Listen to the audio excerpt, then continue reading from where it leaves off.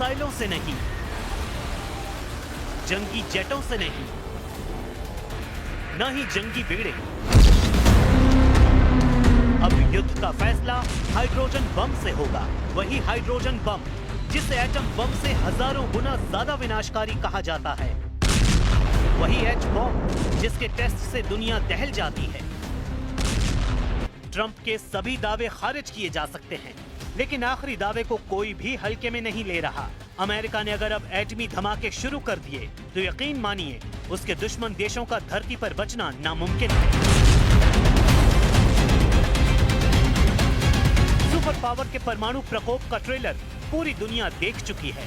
ऐसे में ट्रंप के न्यूक्लियर चैलेंज ने अमेरिका के दुश्मनों के बीच कोहराम मचा दिया है। अचानक से परमाणु युद्ध का माहौल अमेरिका क्यों बना रहा है?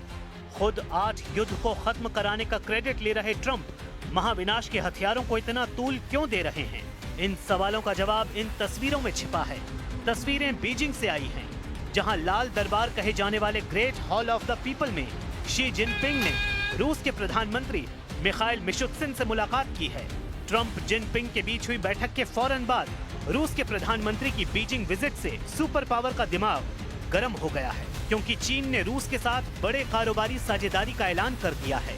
दोनों देशों के बीच व्यापक कारोबारी और रणनीतिक साझेदारी से ट्रंप को जोर का झटका लगा है। प्रेसिडेंट ट्रंप ने शी जिनपिंग से पुतिन पर प्रेशर बनाकर यूक्रेन रूस युद्ध खत्म कराने की अपील की थी, लेकिन प्रेशर बनाना तो दूर, शी जिनपिंग ने पुतिन से बिग डील कर अमेरिका को करारा जवाब दे दिया है। ट्रंप ये मान चुके हैं कि एटमी रेस में अमेरिका बहुत पीछे है, जबकि सुपर पावर के सभी दुश्मन एकजुट हो रहे हैं। इतना ही नहीं, ज्यादातर गुप्त तरीकों से परमाणु बम का गोदाम बड़ा बना रहे हैं। अमेरिका दुश्मनों के परमाणु प्रोग्राम को कैसे नजरअंदाज कर सकता है? जाहिर है सुपर पावर पीछे रहेगा भी नहीं, क्योंकि ट्रंप मौजूदा वक्त में धरती को 150 बार परमाणु बम से उड़ा देने का दम रखते हैं। प्रेसिडेंट ट्रंप ने एक इंटरव्यू में दावा किया है। ट्रंप ने सर्वनाश के हथियारों पर लंबी बात की है, लेकिन पूरी बातों में ये सबसे डरावनी लाइनें हैं। असल में प्रेसिडेंट ट्रंप को रूस से ज्यादा टेंशन चीन ने दे दी है। चीन के पास 1000 सालों तक थोरियम भंडार है। अमेरिका को जब से ये जानकारी मिली है, खलबली मच गई है। इसलिए प्रेसिडेंट ट्रंप ने चीन को अमेरिका के लिए सबसे बड़ा खतरा कहा है। इंटरव्यू में ट्रंप ने दावा किया है कि चीन बहुत जल्द रूस की तरह परमाणु हथियारों का बंदोबस्त कर लेगा।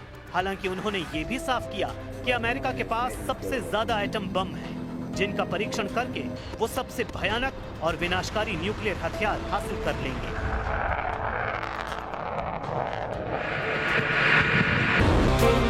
अमेरिका को दुश्मनों के एटम बम से जितना खतरा है, उतना ही उसके दोस्त देशों को तबाही का डर है।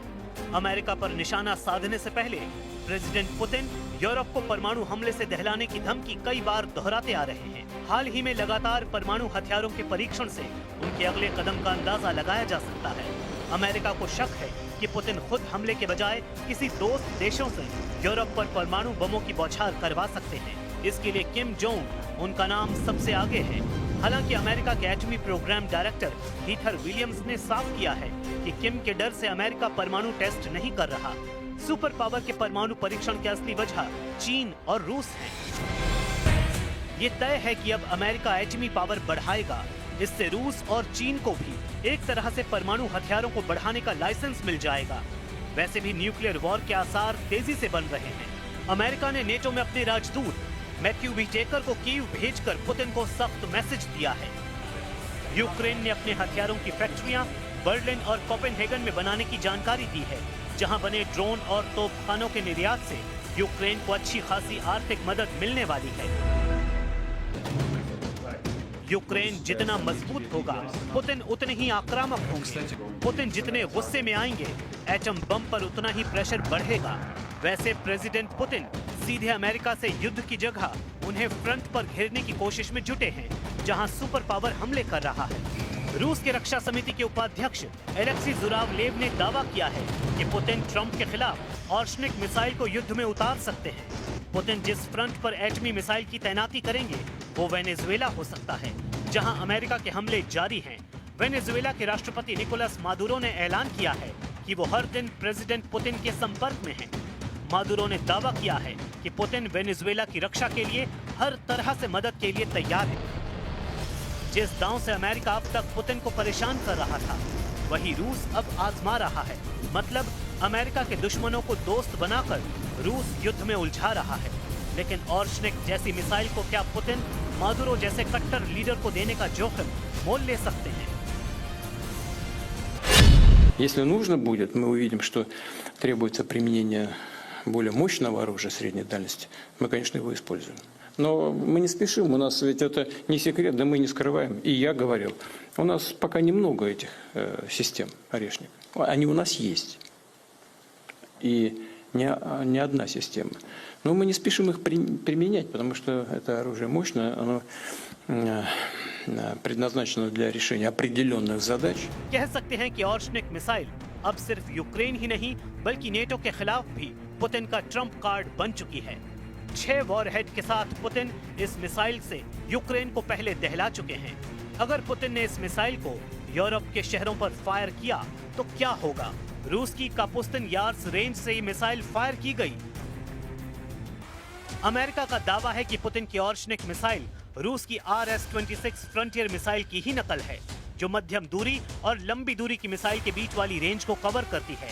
एक ICBM यानी इंटर कॉन्टिनेंट बैलिस्टिक मिसाइल की रेंज कम से कम 5,500 होनी चाहिए, तभी वो लंबी दूरी वाली ICBM की श्रेणी में आती है। जैसे रूस की RS-28 सरमट और RS-24, ये दोनों मिसाइल 10,000 किलोमीटर की ज्यादा की रेंज रखती हैं। लेकिन अभी नेटो को रोकने के लिए पुतिन ने नई तरकीब निकाली और अपनी ऑर्शनिक मिसाइल को 5,000 किलोमीटर की रेंज तक ही रखा है। रूस की एटमी मिसाइलें ही नहीं, हाइड्रोजन बम भी सुपर पावर के भय का कारण है।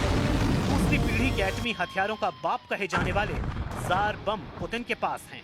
ये बम कितना विध्वंसक है, ऐसे समझिए। रूस का ये परमाणु हथियार फादर ऑफ ऑल बम के नाम से कुख्यात हुआ, जबकि अमेरिका के एटमी हथियारों के नाम फैटमैन, राउंड फिश और हेल्ड जैसे रखे गए। जाहिर है पुतिन के एटमी हथियारों के नाम उनकी तबाही की ताकत को देखते हुए रखे गए हैं। लेकिन एटम बमों से कई हजार गुना बर्बादी मचाने वाले हथियारों की होड़ में अब अमेरिका ने भी खुद को झोंक दिया है।